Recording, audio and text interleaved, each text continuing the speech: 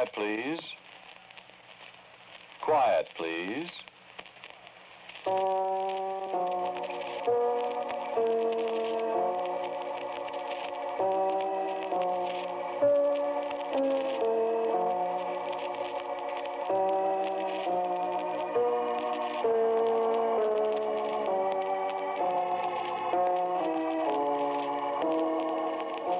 The American Broadcasting Company presents Quiet, Please, which is written and directed by Willis Cooper, which features Ernest Chappell. Quiet, Please for today is called The Evening and the Morning.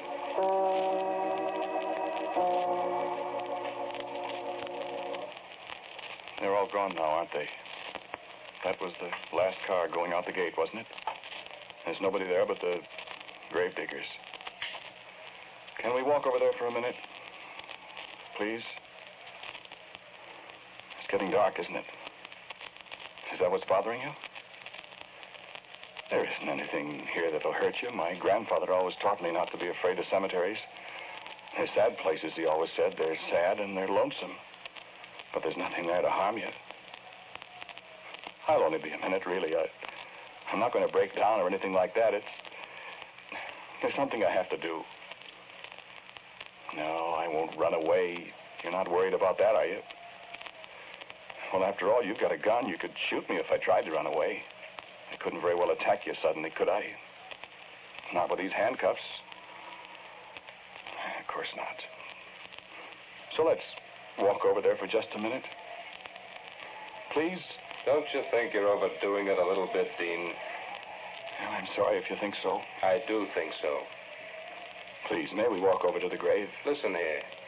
You don't have to impress me, you know. I was good enough to bring you out here and take the responsibility for you. And I'm very grateful to you for that, Mr. Thorpe. You know, if some of her friends had seen you here, you'd have stood a good chance of getting lynched. I know that. I was sympathetic, and I listened to you, and it was against my better judgment that I brought you out here. I'm more than grateful, Mr. Thorpe.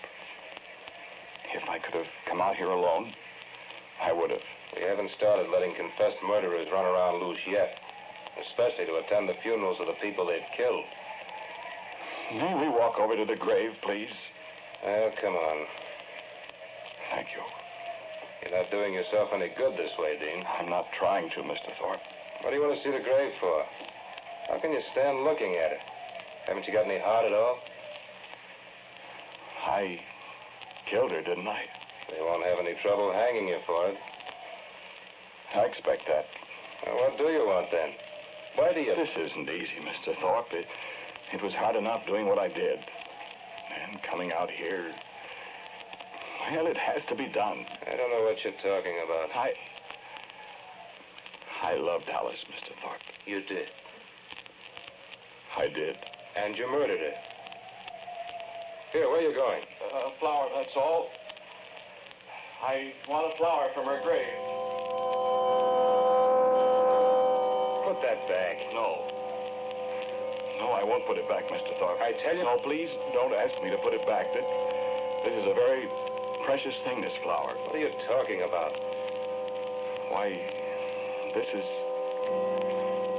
is why I murdered Alice, Mr. Thorpe.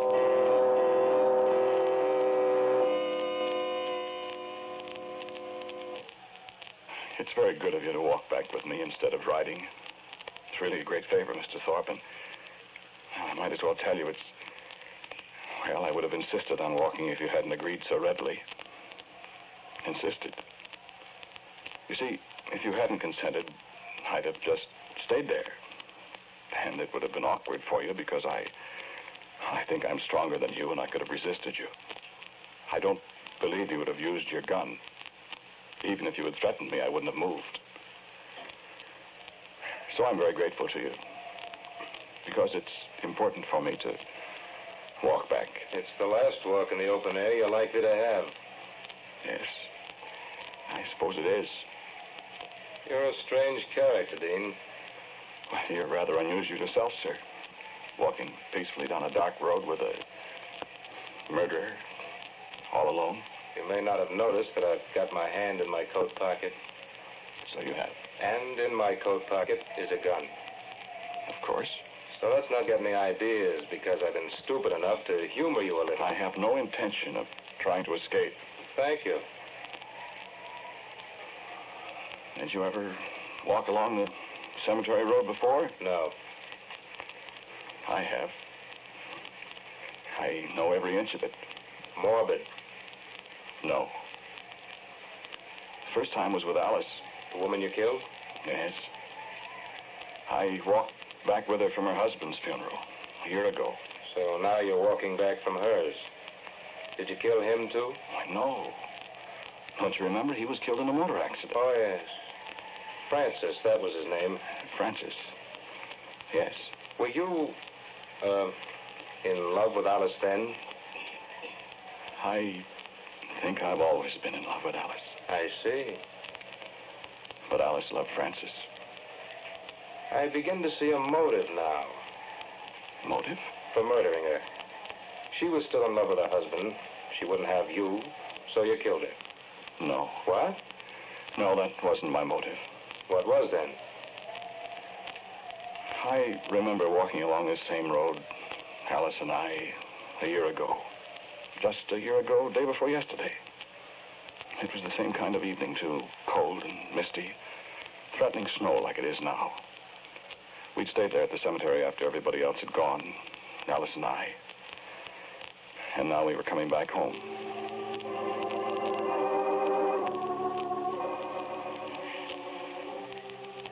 Francis would have liked the flowers, wouldn't he, Dean? Yes. So many, many flowers. Such beautiful ones. So bright and lovely. And the cold rain on them, and pretty soon the snow. Alice. Francis and the flowers. All alone.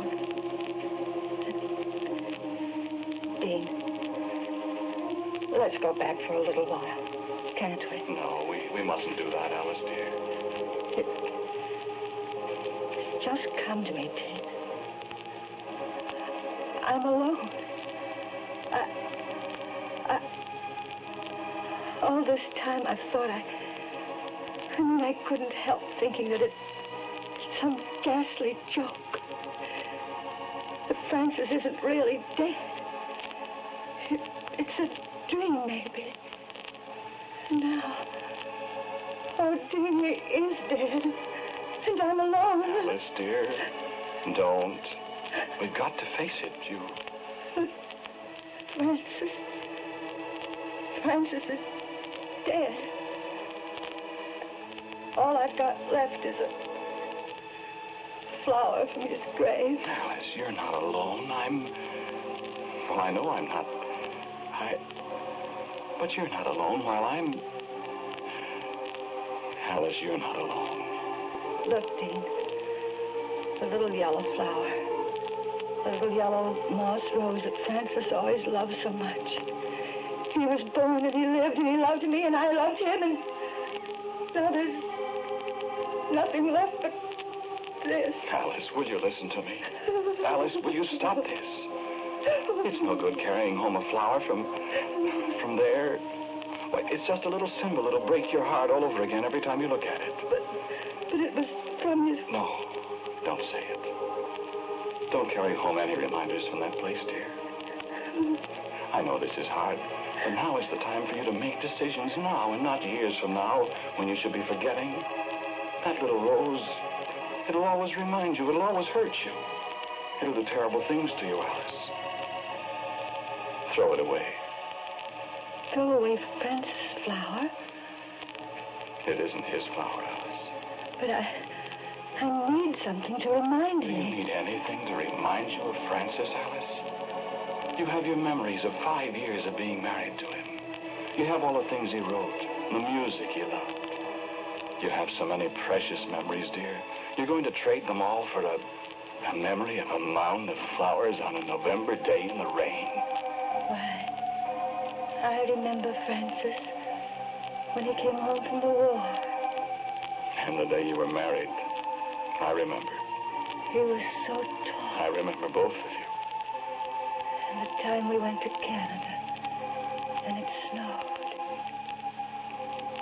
For Francis. Not the flower. And the springtime in the country with him. And the times he helped me wash the dishes. Throw the flower away, Alice. Here, Dean. You throw it away for me. I want to, but I'm afraid. Throw it away, Dean, and let me keep Francis in my heart.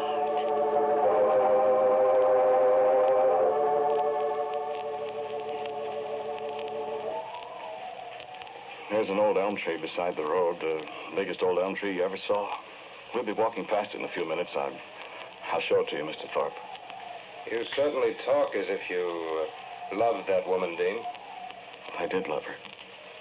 I do love her. Well, why did you kill her then? Because I loved her. And because she loved Francis. I said that was it. No. You're right in what you said, but you're forming the wrong conclusions, Mr. Thorpe. How? You think that I murdered her in a fit of anger because she refused to marry me. Of course. Well, that isn't true. I don't understand you.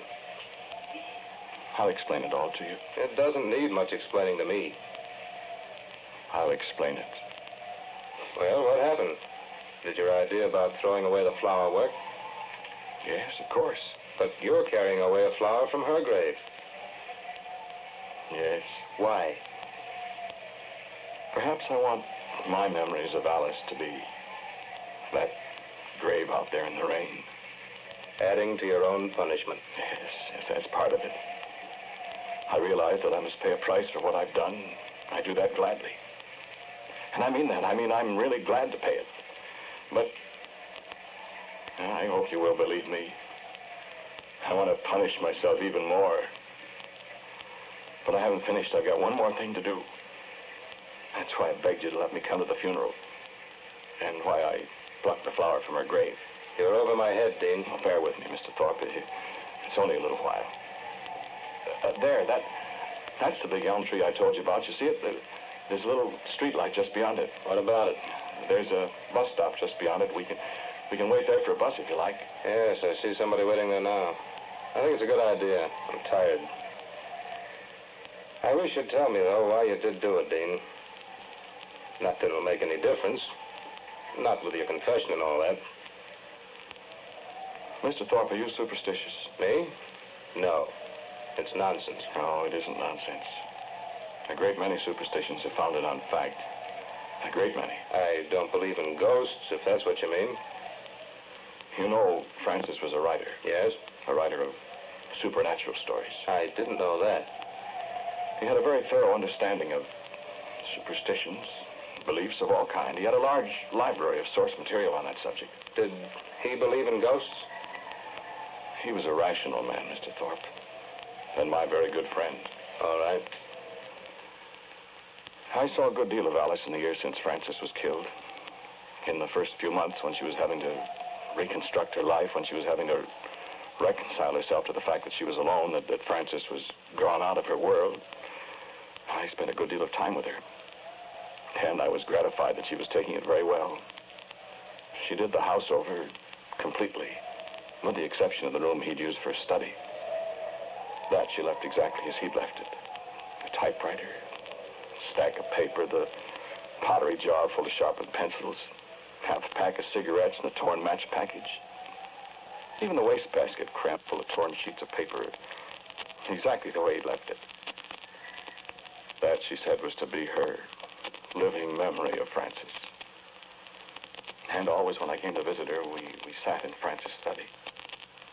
The talk was mostly of him. His publishers called today and wondered what about the book he was working on. What about it? I told him it wouldn't be finished.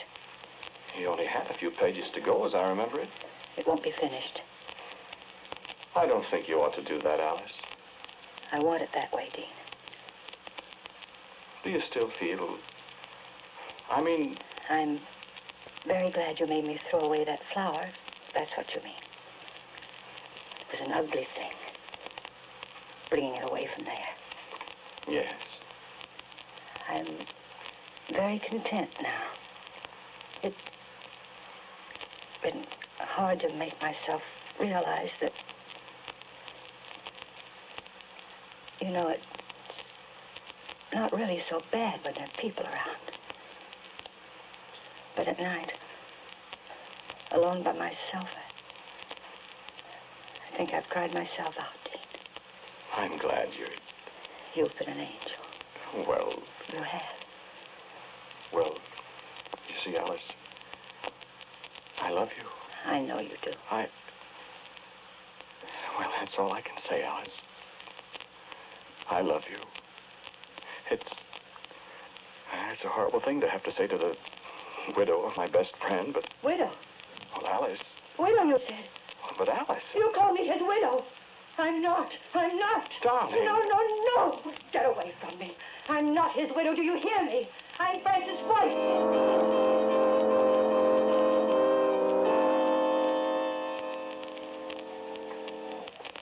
Where's that fellow that was waiting for the bus?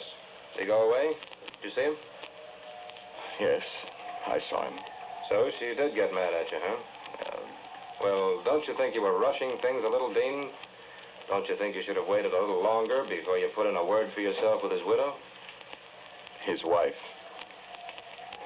No, Mr. Thorpe, I always knew that Alice would never marry me. I knew too much of the deep love and affection that existed between those two. And I knew that I would never have a chance with her. But in all honesty, I couldn't help confessing to her. She said she knew how you felt. Yes, she did. Well, I don't see where this story's getting us, Dean. Besides, here's your tree, and I'm going to sit down and wait for a bus. Wonder where that other fellow went. Francis loved music, although he couldn't play a note. Alice in the old days would sit at the piano nights when he found himself struggling with an idea that wouldn't come out. Francis always said that if he could listen to Alice playing long enough, the toughest situation would unravel itself. I think that was a fact. Many a night I've sat in the living room listening to her at the piano while Francis listened from his study. I remember one thing he used to love. Alice played it so often for him, people used to laugh and call it their theme song. And one night, not very long ago, I dropped in to see Alice. After a while, she sat down at the piano and played it. I hadn't heard it for so long.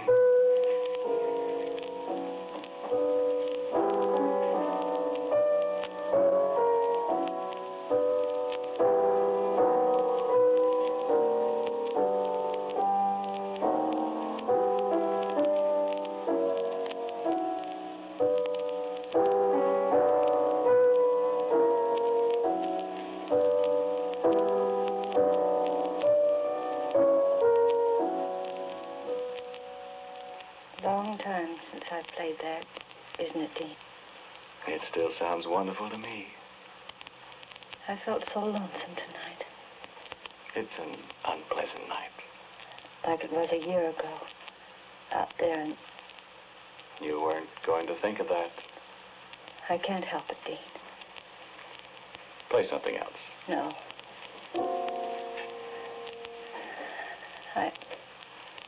I wonder if Francis is lonesome, too. Alice. No. I've been dreaming about him, Dean. Well, I suppose that's natural. He's always trying to tell me something. It's so vague. But he's lost. And he wants me so. You're morbid tonight. No, I'm not, Dean. I thought I was getting over missing Francis, Dean. But I'll never get over it. I thought I'd forget him. But I can't forget him. You must forget him, dear. No, I won't forget him. He's my husband. I love him. Alice, dear, you mustn't. Oh, Dean. I want him so. You've never lost anyone, Dean. You don't know how it is. And now, these last few weeks, I know how Francis wants me. You're not being rational, Alice. But I love him, Dean. Oh, isn't there some way? No, Alice, please. No, I mean it. Dean, listen. Francis had so many books. Wouldn't there be something in one of them that might tell me how to bring Francis back to me? Alice. Or some way I could find him, Dean. Alice, sit down and stop this. Dean. Well? Dean, do you love me? You know I do. I'll never marry you. I hope that someday... No. It's a sacrilege to think it even. I'm Francis' wife. I'll be Francis' wife forever. Forever and ever. Well, darling... No, wait. Dean, as surely as I'm sitting here, I swear to you I'll always love Francis. Yes. And I can't live without him. What do you mean by that? I've thought about it. I've thought about it until my head hurts. You think I'm losing my mind, don't you? No. Dean, I won't marry you. Yes, you said that. But do you want to earn my everlasting gratitude? And Francis' gratitude, too. I don't understand you. Yes, you do. Yes, you do. I won't do it. Dean, listen. If I kill myself, that'll be a sin, won't it? Yes. And I won't go to heaven and be with Francis, No. will I? Then will you do it?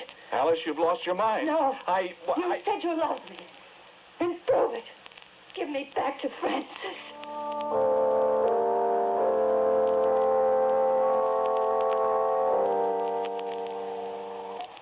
That's a great story, Dean. That's a great story. Yes, it is.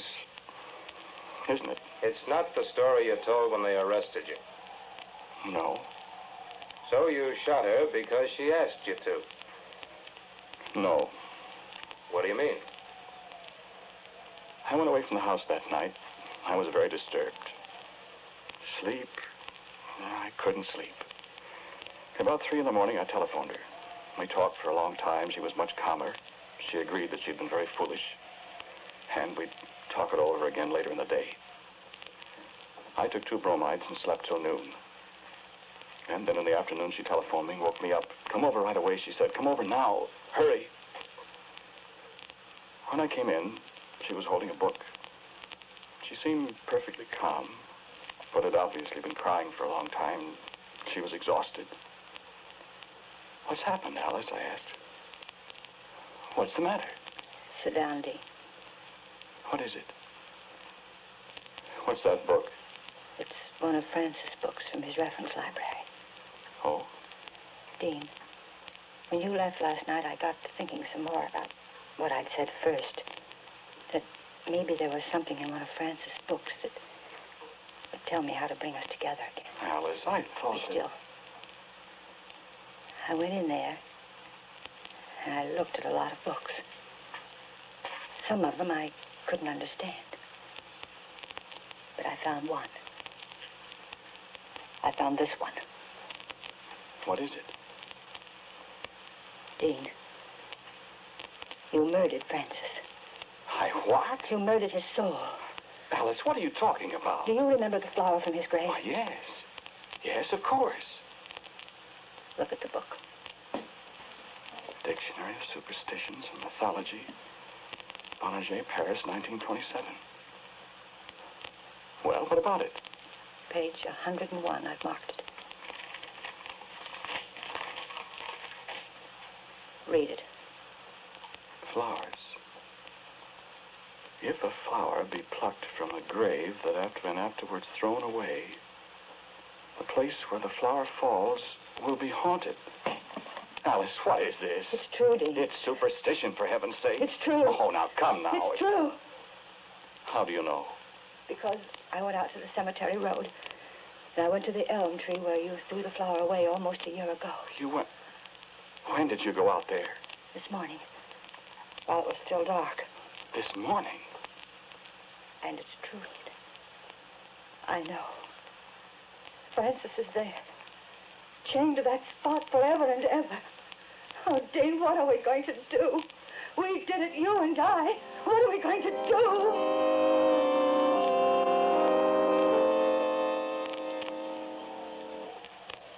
did you do? I did what I thought best. You mean to say you believe in a stupid superstition? You mean you murdered the woman because of... I came out here to this tree with Alice, Mr. Thorpe. You did? And I knew Francis was here, too. He's here now. You saw him, didn't you? The man you thought was waiting for the bus. Here, where are you going? I threw away a flower from his grave here a year ago. Now, here's your flower, Alice.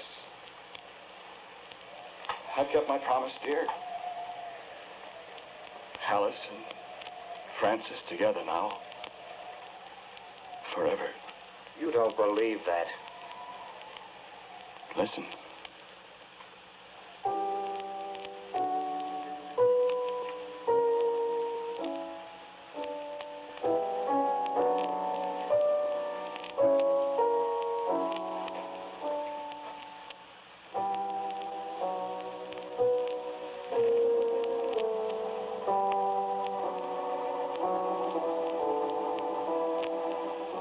The title of today's Quiet Please story is The Evening and the Morning.